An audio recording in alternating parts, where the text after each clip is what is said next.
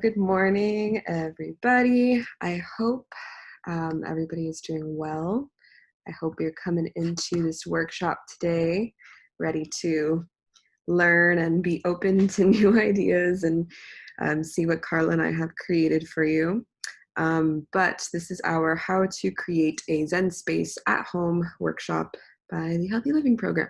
So if you have not already, please send me your Panther ID number. It really helps us to track our numbers, and grab something to take notes. We have a lot of information in here, and I would hate for it to, go through one ear and out the other. We would definitely love that you take some notes today and see how you can implement some of these tips and tricks in your own home. But firstly, this is us. So my name is Victoria, like I mentioned a little earlier. I am one of the two health educators at the Healthy Living Program. The other one is in this workshop today, actually. So everyone say hi, Selena. And I am also a registered yoga teacher as of this year, and thus sort of creates my interest around all things mindfulness. So Miss Carlita, would you like to introduce yourself? Hi everyone, my name is Carla Yorca. I'm the massage therapist, Reiki master, sound therapy practitioner, biomagnetic practitioner in Healthy Living Program. Welcome everyone. All things energy healing, as we like to say. So I hope it doesn't bother anyone that I have the chat open. You might see like a gray box on screen. I just want to make sure that I'm getting to anything that anybody is asking. And also you might see like a little gray box on the side, and it's just to see everybody, whoever has their video on, whenever they choose to. But yeah, in case that bothers anyone, let me know. So we're going to cover two aspects of zenifying your home today, if you may think about it that way.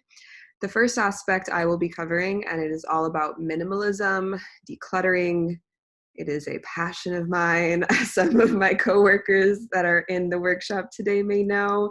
And Carla will be covering what she knows about Feng Shui and energy flow in the home. Just keep in mind, as we get around to both of these topics, there are cultural aspects that we won't be able to speak to, that we encourage you to research yourselves and like look into a little bit more thoroughly, that we will get into when we talk about them. Mm-hmm. Yeah. So firstly, I want to know what everyone thinks minimalism is. So you have a poll on your screen right now. This is a select all that apply question. So just making sure everyone can see, yeah, you can see the poll. What do you all think minimalism is? So it could be more than one of these options. And I will give everyone a couple of seconds to answer. Carla, you can answer too if you want. Okay. So we have options that are living with less, living more mindfully, only owning items you use, removing excess belongings. What do we think minimalism is and or could be? And we got one more person that needs to vote. Amazing. Look at this, 12 out of 12 attendees. So most people think minimalism is living more mindfully, running up by only using items you use, removing excess belongings. And you might have realized after answering some of these that it is actually all four of these options.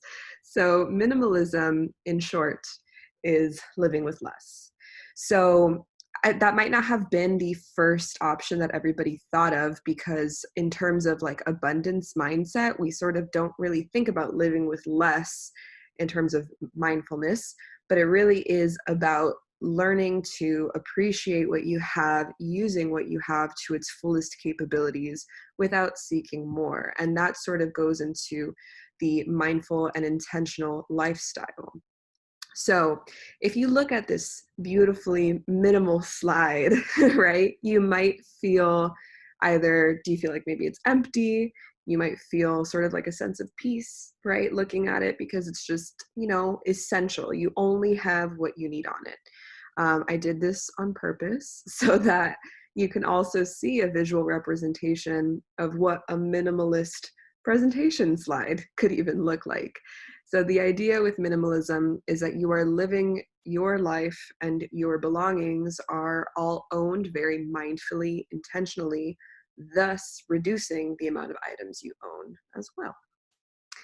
So I think everyone at this point has heard of the KonMari method. I'm not sure if anyone has not yet, but just some background. This woman named KonMari, Marie, for like the American version of it, she is a professional declutterer, professional like organizer, basically. She has a show on Netflix called um, the KonMari Method, I believe, but her book is called The Life-Changing Magic of Tidying Up. Um, Someone was letting me know here. Marie KonMari is her name. Yes. Marie Kondo. Thank you, Ebony. Marie Kondo is her name. And so she has a show on Netflix, but I read her book, The Life-Changing Magic of Tidying Up. And when she says that, it's not an exaggeration. It really is life-changing and magical when you do this method. So I wanted to bring up this method today because I think it is the most just like essential way of looking at minimalism, and it's really clear on how to achieve a sense of only owning essential items in your home.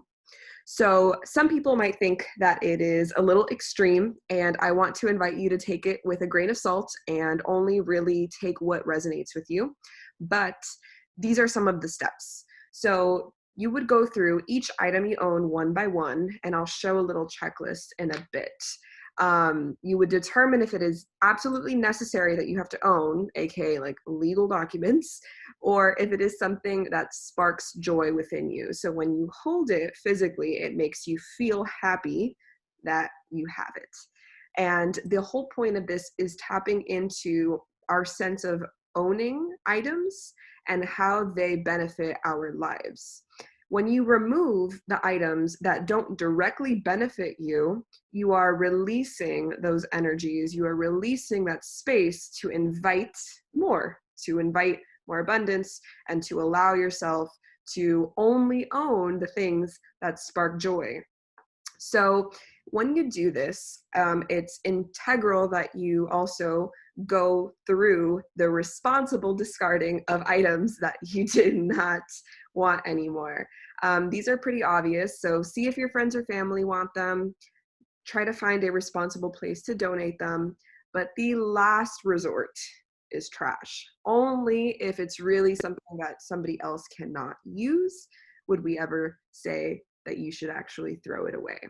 But I really love the sparks joy method, and it became a meme at some point where like everyone was like, does this spark joy? Does this spark joy? But it really does create the most essential language as you could think about when it comes to choosing what to keep. So just going through it a little bit more in detail, this is sort of like the checklist that Marie Kondo created in her show and in her book. So it's just like a graphic I found on Pinterest that goes through a little bit more in detail, that really reviews and thoroughly goes through each and every item that you may or may not own. And basically you can do like a check mark next to each one after you have actually gone through them. This is a pretty all-encompassing list that I found. So if there's anything that you have on here that is not on this list, then just feel free to add it. But you can take a screenshot now if you want. So basically, it works because you have long-term solution to messiness. I know that Bernice put here in the chat a second ago that that she did the challenge or the KonMari method, and you know, it's something that I did a while ago as well, and I still to this day have not felt like I am owning things that do not have a clear purpose or spark joy in my home.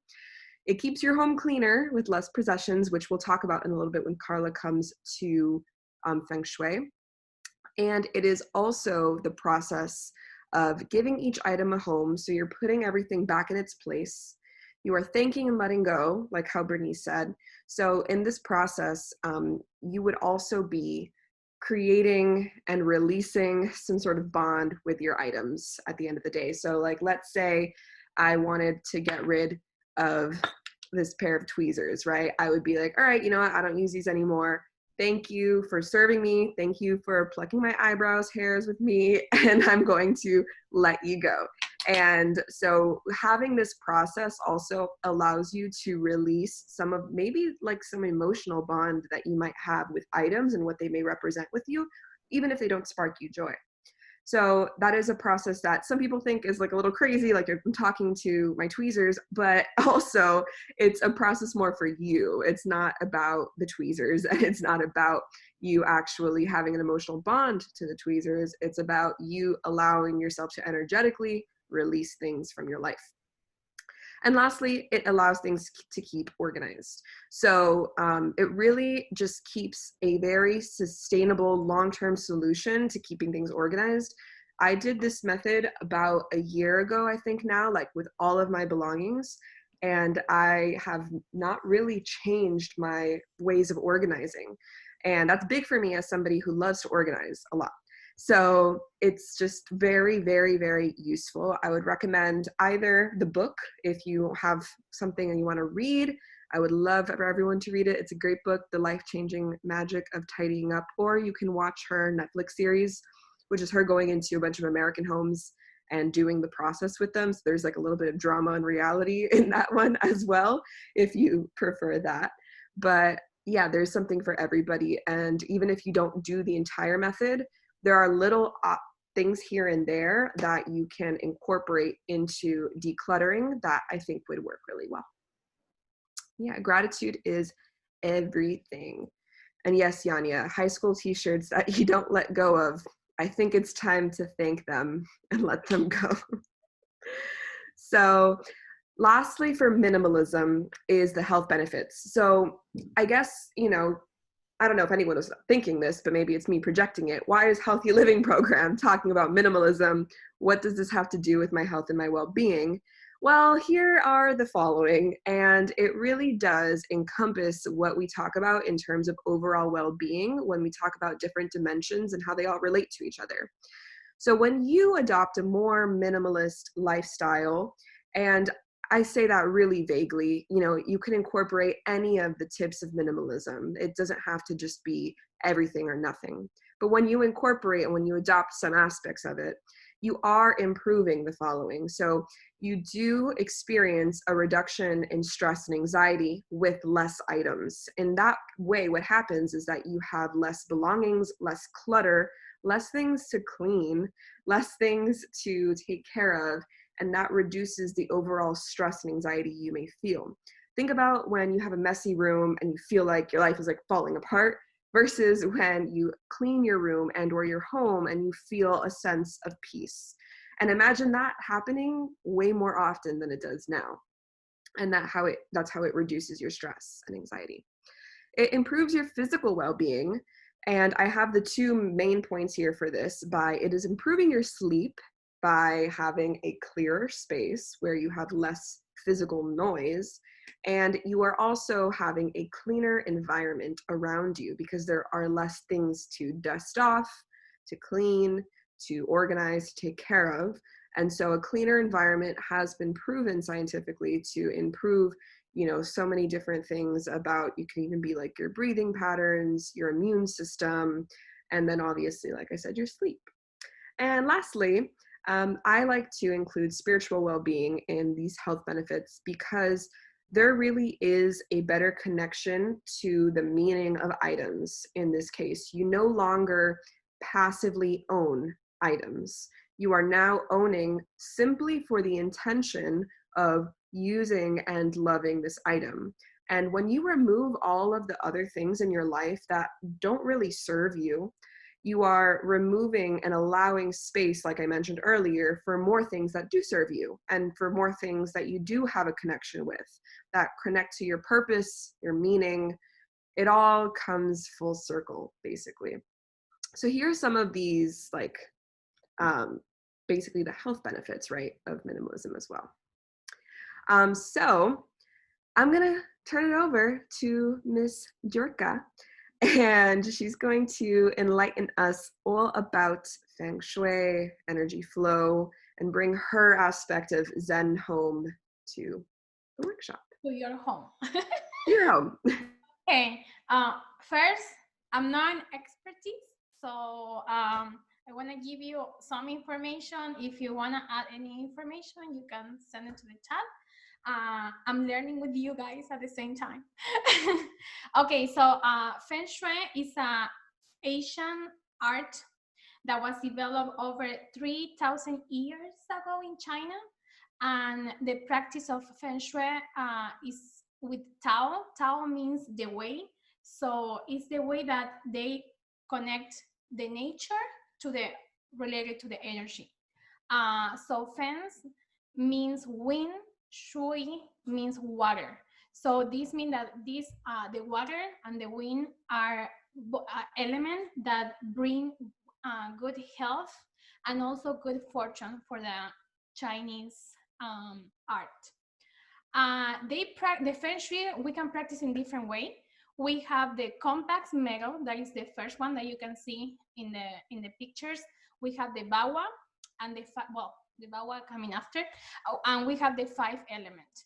So the compact, they use like the 8 cardinal point.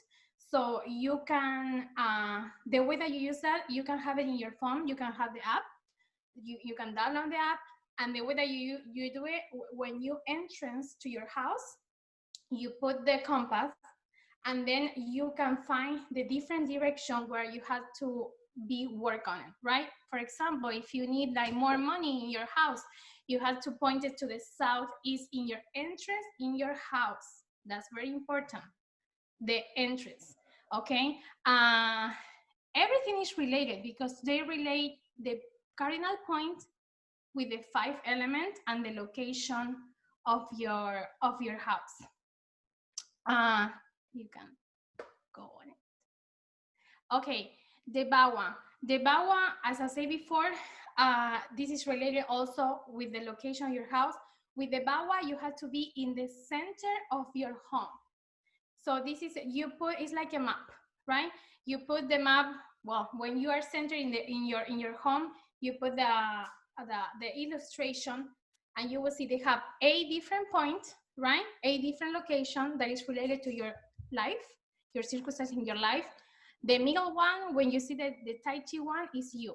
The 9 point is represent you as the person, your overall wealth and the wellness. This is very easy. If you want to work, you don't have to put every element in the in the 8 areas in your house. You have to choose 3 different areas that you need to work on. I don't know if you need to work with your knowledge, with your family, if you need to have more money. So you work only in 3 different aspects. So if the energy is going to that direction, and you put your work and your emphasis in that area. Yeah, I just wanted to add, I'm going to go back really quickly just so that we can better, like understand. So the point of Feng Shui, right? And in the whole way that Feng Shui works is that you are placing representative items in your home that correlate to each of these different ideas. You will notice that we did not list out every single thing in this presentation because there's so much. So what we want you to get across really in terms of Feng Shui and what you need to do to implement it in your own home, like Carla said, is decide on maybe 3 different places or 3 different categories that you would like to try to create more energy flow in your home and therefore in your life. From there, we would recommend that you research, okay, what are Feng Shui elements of money? Which we'll get into some examples, more common examples, but we didn't go into every single element and what it could represent, just because it's a lot and I don't want to put you all to sleep. But yes, so like Carla mentioned. Something here. This is represent money for Feng Shui. Because it's gold. Correct. Yes, and it's like a little hat. It's cute. If you, for example, want money, or I don't know, or maybe you play the lotto, right? Mm-hmm. You can put the things on the bottom, and it can bring you more money. Right, like a scratch off or a lotto ticket or something like that. So this So represent money. yeah, so the whole point of like the cardinal directions that we see here and everything, and for everyone to understand, is just that you have all these different points in your home, and Feng Shui just really means inviting more good luck into your home, like we mentioned here. So Feng means wind, Shui means water, and these are elements that within Taoism or the way are associated with good luck. And the same thing with the Bagua. If you have aspects that you feel are very much things that you want to work on, we recommend that you look into those elements specifically. But this is just the diagram of where it would work. But like Carla said, you are the Tai Chi, you are the center of your home. And then you look at the cardinal directions from there. Yeah, you can take a picture if you want, or you can find it online. And all the time, remember, you have to be in the center of your house. If you're not in the center, this doesn't work, because remember, everything works between the cardinal point, the element from the earth, so everything is connected. The three pictures that you saw, the compass, the 5 elements, and this one is the same. They work together. They work with nature. Correct. Yeah. So it's about bringing that aspect into your home. So let's get into some general Feng Shui tips, Carla. Okay. Good things that you can have in your home are natural, relaxing tones like copper, coral, cream, light blue, greens, or lavender. So remember, we are talking about nature. So you have to find like nature colors. So if you have those colors in your house, it's better. If you follow the Bawa, for example, they have the different areas. They have different colors. So I don't know, if you need something for your family, you need to have like more union, more love in your family, you have to find like a green color. Or I don't know, if you need like for money, you need to have like a lavender color in that area. So it's very like, they have the color aspect, the shapes aspect, the elements from the earth, everything. That's good to have the Bawa. So you have the colors, the information, and you can put it in the area that you need to work on. Well, the position on your bed. So maybe today you're going to change everything in your house. I don't know. It's good to have your bed far away from the door while you keep your eyes on the entrance. So that means that if you have that in that way, it allows you to have more safety and protection while you rest. So if you need to move your bed, move it. If you don't, that's fine. Water is very important for Feng Shui. Remember that water represents abundance, prosperity, money. So place a water element such as a fountain near the entrance of your house. It can be just inside or outside, but the most important part is that the water should be flowing toward the center of your home. That means that the wealth has the opportunity to pour into your life.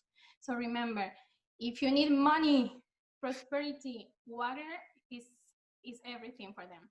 And also clean the energy in your house. Remember that water, when it moves, everything is cleaning.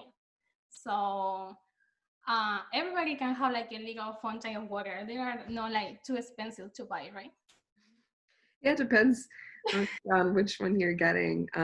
But yeah, like having a little water feature near the entrance of your home, like it says here, is, I mean, even if you don't believe in it, it could just be a relaxing sound to have, right? And Let me tell you, I was doing my own research like a few days ago, and they say when somebody comes to your house, you have to have a jar with water, and you can put lemon and thing. And when someone comes, you offer them water, so they clean the energy when they enter to your house. Like to drink or Drink, yes. to drink the water? Okay, so that they don't bring their Their the negative energy into your home. Yeah. Water, as you will see, is a big component in some of these tips as well. Okay, another tip, I don't know if you know this, but keep the bathroom door closed and the toilet seat cover down. It's good to keep a good like lock in your house. But also, let me tell you, remember when you go to the bathroom, you flush the toilet so the water take everything out, right? But if you, for example, your house, you have like, I don't know, your health is not good, or you feel like you don't have a union in your house and you need to clean the energy, it's good to have the toilet, the seat toilet up and the door open. So every time when you go to the bathroom, everything goes away. But if your house is with harmony, you have prosperity, you feel good in your home, you have to keep the toilet seat down and the door closed. I never do that. I should probably do that more. I need to close my bathroom door because everything's pretty good right now. So we gotta preserve it. Yes, yes. So another thing is in your bedroom, if you have a television, it's very this is mean this. If you have your bed, right, and the television is on the front of your bed, and when you're sleeping, you reflect your body in the television, you can rest well. So for a Feng Shui, it's good to cover that. So when you sleep, you rest in calm, and you can have harmony when you're sleeping and you rest well. That's happened the same thing with the mirrors. If you have any mirrors that reflect, I'm sorry, it's my dog. When you have a mirror and reflect when you're sleeping, that's not good either. So covering up the mirrors too. Mirrors too, and everything is better not to have any electronic device next to you, because remember, anything that have electricity or that kind of energy, that's not good for your body too. Affect your energy field. So plug in your phone away from your bed and go to sleep. Yes. Who does, right? Nobody. We try our best. Okay. Also, remember, for Feng Shui, it's good to have your windows clean, because that's reflect the vision that you have to the world. So everything had to be clean. Yeah, I have not cleaned my windows in a while. Maybe I should do that. That's your homework for the weekend, right? Yeah, true. Another thing that Victoria was telling before, the cleaning, the clearing.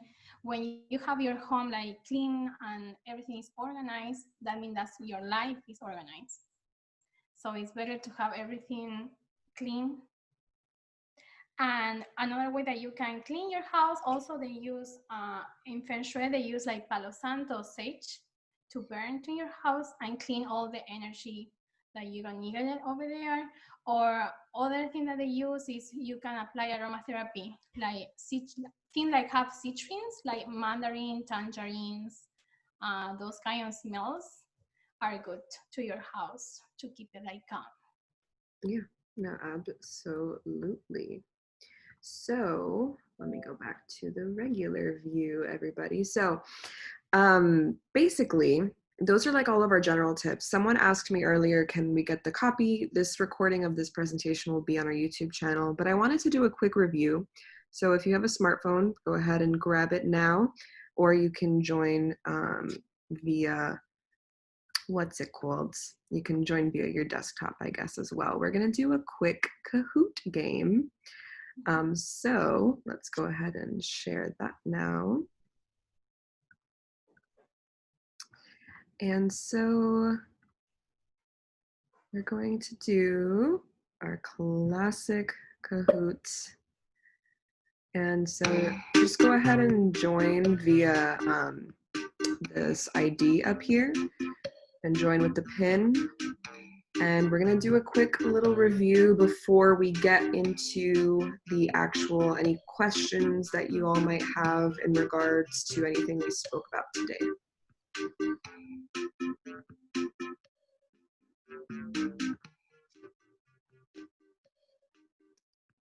Everyone can go. Oh, I think I check marked the safe nicknames, so it's going to give everybody an animal nickname.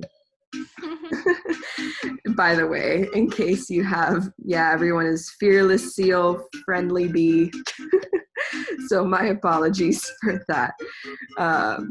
But look, someone's a cute sloth.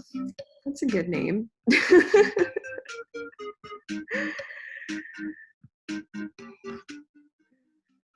Yeah, I forgot that I had that one check marked. Feel free to tell me which nickname is yours so that we can all know. It's basically just to prevent anyone from doing an inappropriate nickname for themselves. Okay, you know what? Let's just get started with who we have. So, 5 questions, gonna be really quick, really easy. First, true or false? Minimalism is throwing away everything you own. What do we think the answer is? It's just throwing away everything you own. Yes. And one more person to answer. No, they're not going to answer. So yes, everyone knows that is false. We did just talk about how minimalism was way more than that. If I had to, identify one thing, it would be living with less. And it would also be living mindfully and intentionally. Great job. So Dazzled Mouse, you're in the lead. Next question is multiple answers. So what is the KonMari method of decluttering? So we have a couple of options here. Which of these? Select all that apply.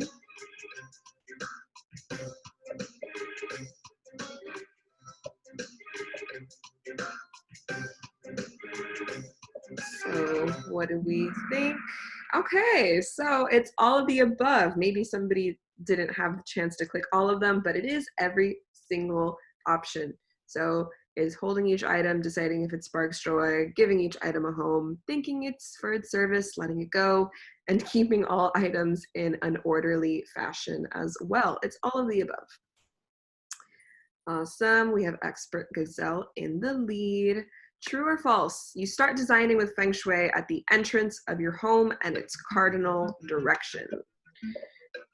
True or false? So let's talk about the cardinal directions. Where are you going to be?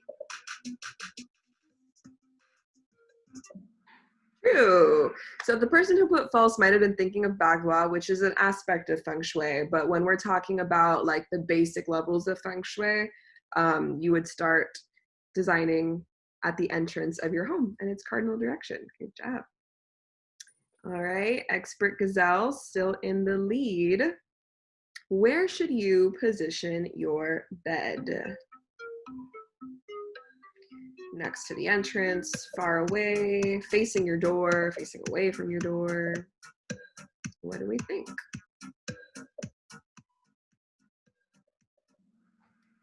Far away, but able to see. Correct. So this doesn't necessarily mean that you're facing your door, but as long as you can see it. So for example, like my bed is facing a different wall, but I can still see my door from the room. Awesome. And man, Expert Gazelle, you really are outdoing yourself. Last question. True or false? Water represents knowledge. True or false?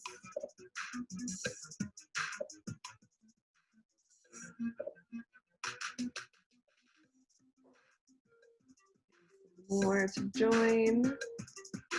Let's see what y'all learned from our workshop. False. Great job, everybody. Water represents wealth. So not knowledge, but wealth. So yeah, great job, everybody. Let's see who won.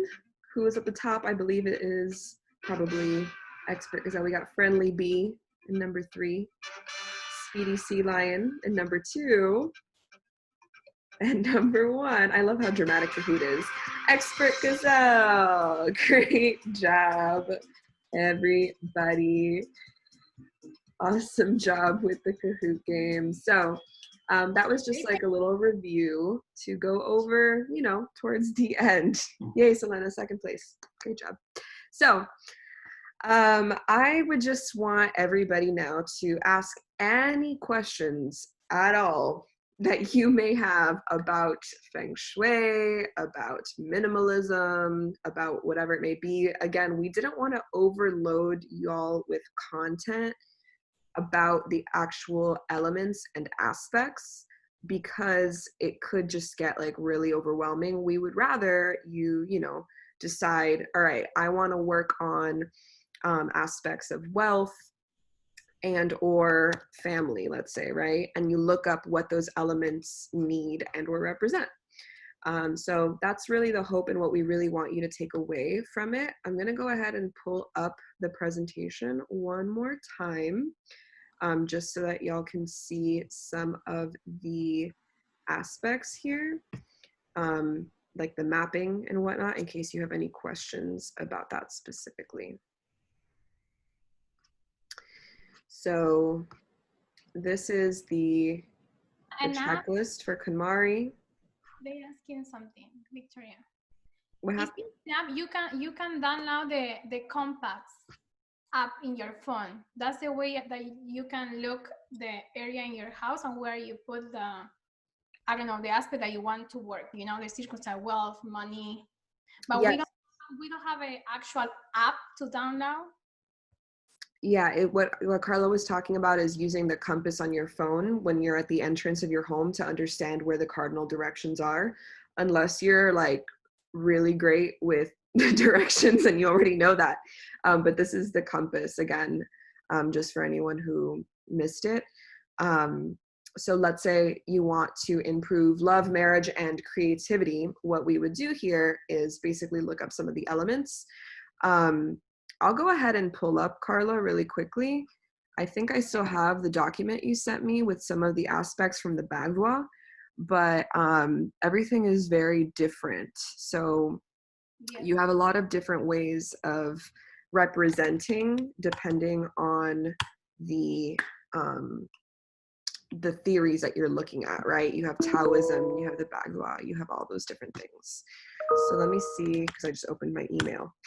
I think the compass is the easy way maybe to do it and to understand, you know? Yeah, the compass would probably be the easiest way to understand that aspect of it. Cool. So hopefully, let's do a new share of just my whole desktop. Let's invade my privacy.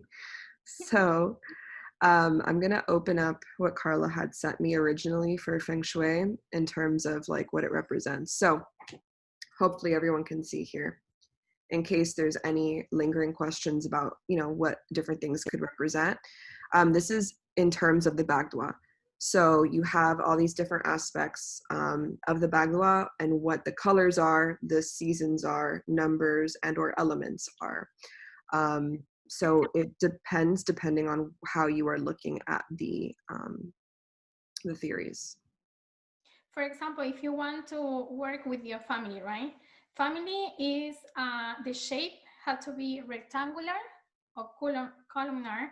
The color had to be green, blue. The season that represents the area is spring. The number is 4, and the element is yang and wood. So maybe you can have it. That's my thing, right? Maybe you can have a frame. You can put it in that area in your house, right? A frame, like the material has to be good. Maybe the color that you can have in your frame has to be green or blue, and you can have a family picture there. And you can put it in that area in your house. So you can move the chi and the energy in that way. Yeah, absolutely. Yeah.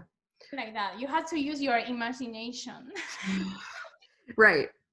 In order to be able to, like make it work for you and your lifestyle. But I love that example, Carla. And then Carla gave the example of having something gold in terms of wealth. Yeah, it's really up to you, your individual needs, and what type of energy and abundance you would like to attract in your home. But that's why we included those general tips at the end, because it's a lot of good stuff about just having, natural tones in your home, water elements, close your bathroom door, move your bed towards the entrance, things like that. Yeah. cover mirrors or television, anything that reflects your body when you're sleeping so you can rest better. Yeah. So that's pretty much the end of this workshop in terms of how to create a Zen space in your home.